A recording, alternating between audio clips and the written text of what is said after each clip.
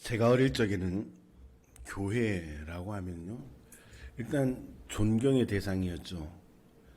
부모님이 교회를 나가지 않더라도 전도를 하러 가면, 그래 교회 가면 뭔가 배워도 하나를 더 배우겠지, 사람이 착해져도 착해질 수 있겠지 라는 그런 생각들이 많은 사람들에게 있었습니다. 그러니까 교회는 존경받는 위치에 있었습니다. 그런데 현대 교회를 보게 되면 많이 생각이 바뀌었죠. 성도들은 내 믿음 지키기에 급급해져 있고요. 그 믿음마저도 올바른 믿음인지, 정말 내가 제대로 믿고 있는지 조차 확인도 해볼 수가 없습니다. 제가 요즘 계속 설교 주제가 그거예요. 우리의 믿음을 삶으로 증명해야 됩니다. 그리고 제 목표도 그렇습니다. 목회하는 저나 우리가 함께 동역하는 성도들이나 삶의 자리로 들어가서 성도다운 성도로 살아가게 하는 것. 그것이 저의 가장 목회의 궁극적인 목표라고 해도 과언이 아닙니다. 그런데 삶으로 믿음을 증명하라. 근데 삶으로 증명하지 못하니까요, 성도들은 비난과 조롱의 대상이 되었고, 교회는 힘을 잃어서 명맥만 유지하는, 아니 아예 예전에 비해서는 퇴보하는 그런 지경에 이르렀습니다. 우리가 규모나 숫자로 이야기할 것은 아니지만 기독교 인구가 매년마다 큰 폭으로 감소를 하고 있습니다. 왜일까? 교회가 교회 같지 않고, 성도가 성도 같지 않고, 목사가 목사 같지 않고, 장로가 장로 같지 않고, 자꾸 이런 성도들이, 이런 교회 지도자들이 양산되다 보니까 교회가 퇴보하고 있다. 그게 이 시대의 교회 지도자들의 책임이 아닐까, 이 시대의 성도들의 책임이 아닐까 생각을 해봅니다. 이런 생각을 하면요, 이사야 37장 3절의 말씀이 되게 많이 와닿습니다. 이사야 37장 3절의 말씀에 뭐라고 이야기를 하냐면요, 그들이 이사야에게 이르되 히스기야의 말씀에 오늘은 환난과 책벌과 능욕의 날이라, 아이를 낳으려 하나 해산할 힘이 없음 같도다. 이 말이 뭐예요? 여러분들, 교회가 교회 같지 않고 성도가 성도 같지 못하니까 교회로서의 사명을 감당하지 못하고 성도로서의 사명을 감당하지 못하고 있는 이 시대를 꿰뚫어보고 우리에게 던져준 메시지가 아닐까라는 그런 생각을 많이 하게 됩니다. 교회가 교회로서의 사명을 감당 못하고 성도가 성도로서의 사명을 감당하지 못하니까 영혼 구원은 둘째치고 내 믿음 지키기도 그냥 급급한 그런 시대를 우리가 살아가고 있다라고 하는 것입니다. 오늘 본문은요, 이사야 선지자가 남유다를 향해 예언한 말씀입니다. 그는 남유다가 하나님을 떠나 우상을 숭배하고 죄악에 빠짐으로 하나님의 심판을 받아 멸망당하고 포로로 끌려가게 될 것이라고 그렇게 이해합니다. 그런데 성경을 통해서 우리에게 주는 교훈이 뭐냐? 하나님은 한번 택한 백성은 아주 버리시지 않으시기 때문에 다시 구원해 줄 것이다 라고 하는 예언까지 이사야가 하게 되는 겁니다. 비록 나라가 망해서 포로로 끌려가고 심한 고난을 겪고 온갖 수치와 모욕을 당하는 처지가 되기는 하지만 하나님이 함께 하시고 굳게 하시고 도와주시고 붙들어 주셔서 결국 이제 하나님께서 약속하신 그 땅으로 너희가 다시 돌아올 것이다, 다시 회복하게 될 것이다 라고 그렇게 예언을 합니다. 남유다는 이 예언의 말씀대로요, BC 586년에 바빌론에 의해서 멸망을 당합니다. 그런데 BC 538년에 바사 고레스 왕이 칙령을 반포해서 포로에서 돌아오게 됩니다. 하나님께서 구원해 주셨다라고 성경은 말하고 있습니다. 하나님은 택한 백성, 하나님의 자녀된 저와 여러분들을 버리시지 않는다는 사실을 믿으시기를 바랍니다. 오늘 우리는 그 소망이 있기 때문에 오늘 우리가 신앙생활하고 그래도 내가 하나님을 믿습니다. 하나님의 자녀입니다. 내가 오늘 그래서 행복한 교회 성도입니다. 라고 말할 수가 있는 것입니다. 죄를 지었다 할지라도 처벌은 하지만 결코 버리시지 않는 그 하나님의 사랑이 오늘 우리와 함께 한다는 사실을 기억하시기를 바랍니다. 오늘 우리가 이 말씀을 붙들어야 한 이유가 여기에 있습니다. 여러분들 이 시대처럼 교회가 교회로서 존경받지 못하고 성도가 성도로서 역할을 하지 못해 말할 수 없는 그런 비난, 조롱 가운데 있지만 하나님은 결코 이 상황을 지켜보고만 계시지 않는다는 사실입니다. 오늘 우리가 이 말씀을 붙들고 우리는 다시 한번 시작할 수 있는 힘을 얻어야 된다는 사실입니다. 이 말씀을 붙들고 교회가 교회되고 성도가 성도되는 일을 다시 시작할 수 있어야 됩니다. 오늘 그 힘이 이 말씀을 통해 우리에게 주어진다는 사실을 기억하시기를 바랍니다. 사랑하는 성도 여러분, 오늘 우리는 이 말씀을 통해 회복되어지는 우리의 믿음, 우리의 영성, 그런 은혜를 경험하시기를 주님의 이름으로 축원합니다. 오늘 말씀을 통해서 교회의 자존감, 영적인 자존감을 회복하기를 주님의 이름으로 축원합니다. 오늘 말씀을 통해서 우리가 그래 다시 한번 시작해보는 거야. 하나님이 우리와 함께 하실 거야. 아니 우리와 함께 하신다는 이 사실을 믿고 우리의 믿음을 다시 한번 세우시고 이 교회를 세우고 여러분들의 가정을 믿음으로 세우는 그런 복된 역사가 있게 되기를 주님의 이름으로 축원합니다. 그럼 우리가 어떻게 다시 시작할 수 있는 힘을 얻을 수 있을까? 가장 중요한 것은요, 하나님을 전적으로 신뢰할 수 있어야 합니다. 저희 어릴 적만 해도 초등학교 다니고 할 때만 해도요, 매년마다 상반기, 하반기 했던 행사가 있어요. 쥐잡기 운동. 우리 김재호 성도님 아실 거예요, 그죠? 쥐잡기 운동인데 저희 학교 다닐 때는 심지어 어떻게 했냐면 집에서 쥐약을 놔서 쥐를 다 잡으면 하루를 딱 날을 정해서 온 동네가 쥐약을 놓습니다. 그러면 그 쥐약을 잡고 쥐약을 가지고 쥐를 잡으면 쥐꼬리를 잘라가지고 학교를 가지고 오라 했어요. 그래서 각 집에 몇 마리씩 잡았나 통계도 내고 했던 그런 저희가 기억이 있는데요. 그때마다 집에도 쥐가 많았는데 식당, 특히 이런 중국집 식당 같은데 얼마나 쥐가 많았겠습니까? 이제 중국집에서 근무를 하던 배달하시는 분하고 그 요리하시는 요리사 분이 같이 먹고 자고를 하는데요. 너무 쥐가 많아서 하루는 쥐약을 넣고 좀 쥐를 잡아야겠다. 그 생각을 했습니다. 어느 날 신문을 보는데 신문에 쥐가 잘 잡히는 약이라고 광고가 떠서 약국에 가서 쥐약을 사왔습니다. 근데 그 뚜껑을 열어서 그 내용을 보니까요. 그 쥐약이요, 오렌지색이요. 너무 예쁜 오렌지색이고 냄새도 너무너무 좋았답니다. 사용 설명서에 보니까 주의사항에 큰 글씨로 쓰여 있습니다. 사람은 절대 먹으면 안 됩니다. 먹으면 죽습니다. 그렇게 기록되어 있었어요. 근데 이 배달하시는 분이 그 약을 보니까 야, 이거 먹어도 죽을 것 같지 않아요. 너무 맛있어 보이는 거예요.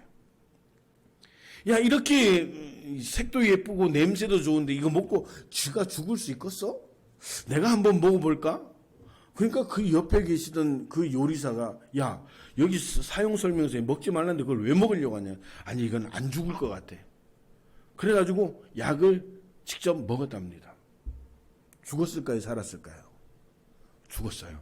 그게 신문 기사에 실렸던, 제가 직접 읽지는 않았지만 그 글을 제가 한번 읽었던 기억이 있습니다.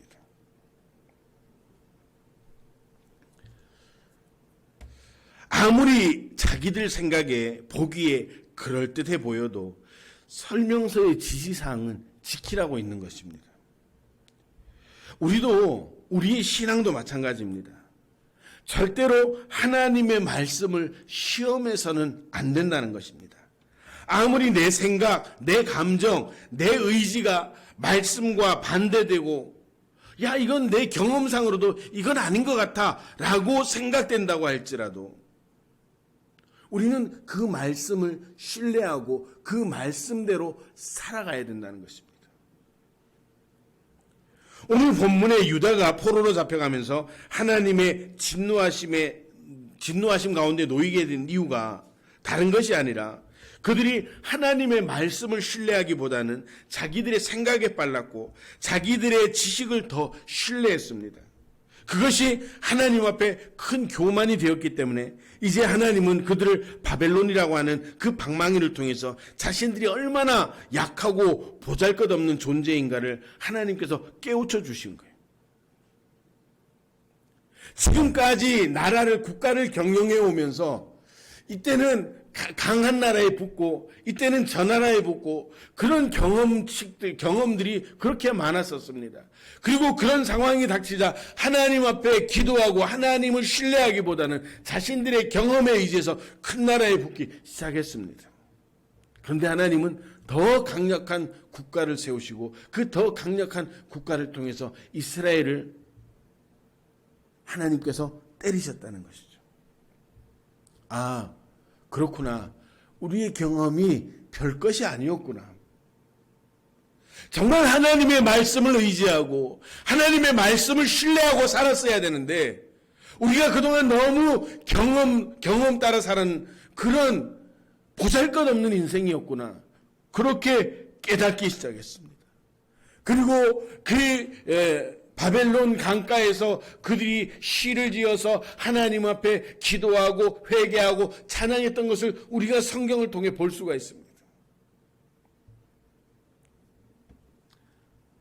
그렇게 삶을 돌이키고 깨닫고 이제 하나님만 신뢰하고 하나님만 따르겠습니다라고 그렇게 고백할 때 하나님은 그 이스라엘을 독수리와 같이 회복시켜 주시겠다라고 약속하고 있는 것입니다. 그래서 오늘 본문 21절에 이야기합니다. 너희가 알지 못하였느냐? 너희가 듣지 못하였느냐? 태초부터 너희에게 전하지 아니하였느냐? 땅의 기초가 창조될 때부터 너희가 깨닫지 못하였느냐라고 말씀하시는 겁니다. 오늘 저와 여러분들도 마찬가지입니다. 하나님을 전적으로 신뢰할 수 있어야 됩니다. 하나님의 말씀을 전적으로 신뢰할 수 있어야 됩니다. 여러분들 사람이 얼마나 간사하고 연약한 존재인지 창세기 3장에 그 뱀의 유혹이 나올 때 하와가 결국은 그 유혹에 넘어가서 그 선악을 알게 하는 열매를 볼 때 뭐라고 얘기를 했습니까? 먹음직도 하고 보암직도 하고 지혜롭게 할만하게 보였다라고 그렇게 성경은 우리에게 말하고 있습니다. 하나님을 신뢰하지 못하고 하나님의 말씀을 신뢰하지 못하니까 세상의 가치가 더 그럴듯하게 보이는 거예요. 돈이 있으면 정말 잘 살 것 같고 권력이 있으면 정말 큰 소리 치며 살 수 있을 것 같고 많이 배우면 편하게 살 수 있을 것 같은 그런 유혹에 빠지는 거예요. 그런데 결국 그들 앞에는 죽음이라는 엄청난 벌이 기다리고 있었습니다. 죄인으로 몰락했습니다. 여러분들 말씀을 신뢰하지 못하니까 먹어봐야지 안다라고 생각을 했어요. 하나님을 신뢰하지 못하니까 보여지는 것이 전부 다 그럴듯하게 보여지기 시작했다는 겁니다. 여러분들 그 인생은 소망이 없는 겁니다. 제가 오늘 이렇게 설교하더라도 여러분들 마음속에 어떤 마음을 가지고 있는지 하나님께서는 보실 겁니다. 나는 정말 하나님을 신뢰하고 있는지, 하나님의 말씀을 전적으로 신뢰하고 있는지, 어떤 상황이 닥치더라도 내가 하나님만 신뢰하고 쫓아가겠습니다. 하나님의 말씀을 내 삶의 기준으로 잡고 살아가겠습니다. 그런 성도들이, 그런 교회가 하나님 앞에 소망이 있고 희망이 있는 겁니다. 그런 교회가 지역사회를 살리는 교회가 생명이 되는 겁니다. 먹어봐야지 알지. 그게 가장 믿음 없는 소리입니다. 나름 똑똑하다라고 생각하겠죠.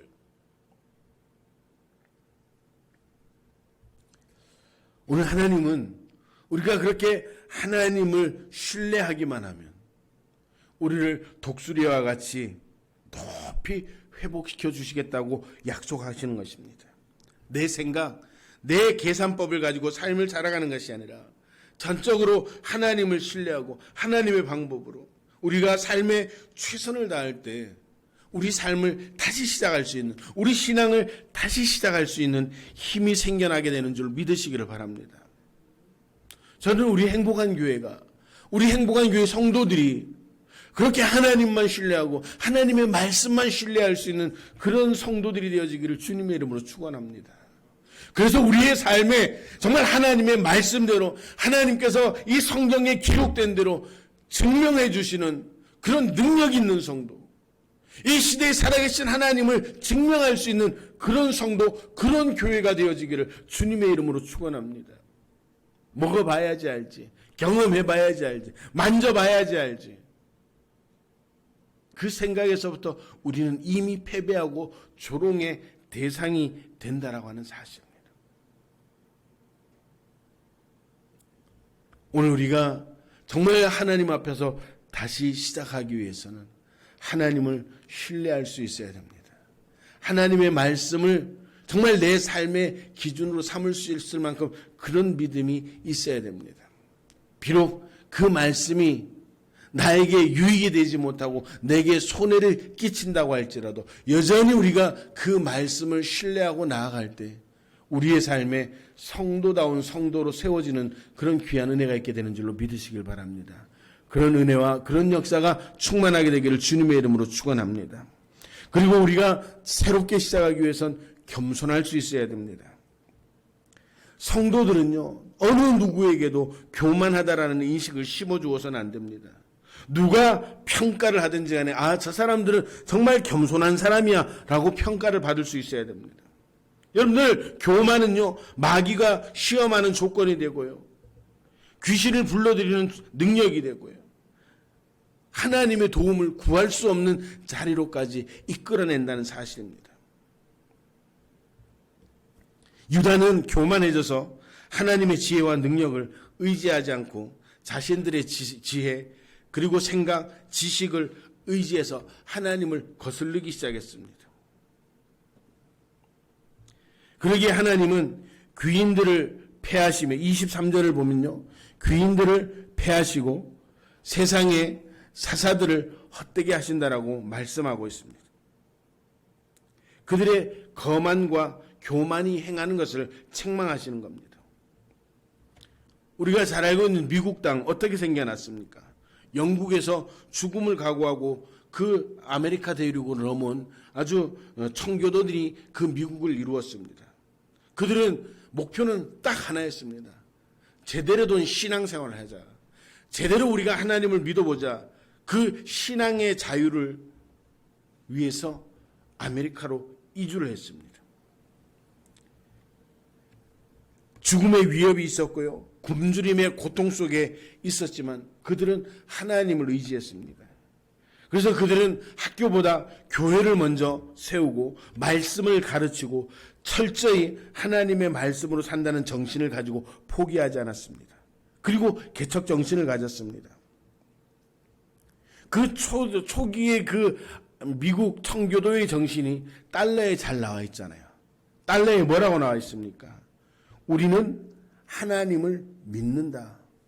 그 달러에 인쇄되어져 있습니다. 여러분들, 그 거대한 미국을 이끌어갈 수 있는 정신적인 지주가 거기서부터 시작되었던 것입니다. 여러분들, 그들은 그 하나님에게서 지혜가 나오고 지식이 나오고 풍요가 나온다고 그렇게 믿고 그 미국이라는 나라를 시작했다는 것입니다. 그렇게 믿음을 가지고 살아갈 때 독수리와 같은 새 힘을 주신다고 믿었기에 미국을 상징하는 동물이 뭡니까? 바로 독수리라는 사실입니다. 그런데 요즘 미국을 보면요, 그런 청교도 정신, 우리는 하나님을 믿습니다라고 하는 그런 신앙 고백보다 민주주의라는 대의에 밀려서 나라가 너무 난잡해져 가고 있다는 것을 우리가 봅니다. 이제 하나님의 말씀에 순종하고 그 말씀대로 살아가겠습니다라고 하는 그 청교도의 정신은 다 지워져 버리고 오히려 하나님의 말씀을 거스르는 일들이 더 많아지고 있다는 것입니다. 저는 예언자는 아니지만 미국을 보면서 미국이 정신 차리지 않으면 이제 미국은 2위, 3위, 4위로 그렇게 전락할 수도 있다는 사실을 제가 말할 수 있습니다. 왜 그렇습니까? 역사가 그렇게 가르쳤고 성경이 우리에게 그렇게 말씀하고 있기 때문입니다. 우리가 씨앗은 밭에다 뿌립니다. 씨앗을 결코 아스팔트나 콘크리트에 뿌리지 않습니다. 왜 그렇습니까? 그곳에서는 씨가 뿌리를 내리지 못하기 때문입니다. 고운 밭에서만 뿌리를 내릴 수가 있는 것입니다. 이같이 하나님의 진리가 뿌리를 내릴 수 있어야 하는데 그 신앙의 뿌리가 어디에 내릴 수 있냐? 바로 겸손한 신앙에 쉽게 자리 잡는다는 것입니다. 믿음이라고 하는 것은요, 예수 그리스도의 의가 내게 나타나는 것, 그것이 믿음입니다. 그래서 사도 바울은 내가 그리스도와 함께 십자가에 못 박혔나니 그런즉 이제는 내가 산 것이 아니요 오직 내 안에 그리스도께서 산 것이라고 고백하고 있습니다. 곧 내가 사는 것이 내 의로 사는 것이 아니고 예수 그리스도의 의로 사는 것입니다 라고 고백하는 것입니다. 우리는 예수님 앞에 나와서 나는 죄인입니다 라고 하는 것은 이건 뭐예요? 나는 아무런 의의가 없습니다. 나는 아무런 공로가 없습니다 라고 하는 고백이고 지금까지 내가 살아온 것이 바로 하나님의 의 때문에 살았고 하나님의 공로 때문에 살았습니다 라고 고백하는 겁니다.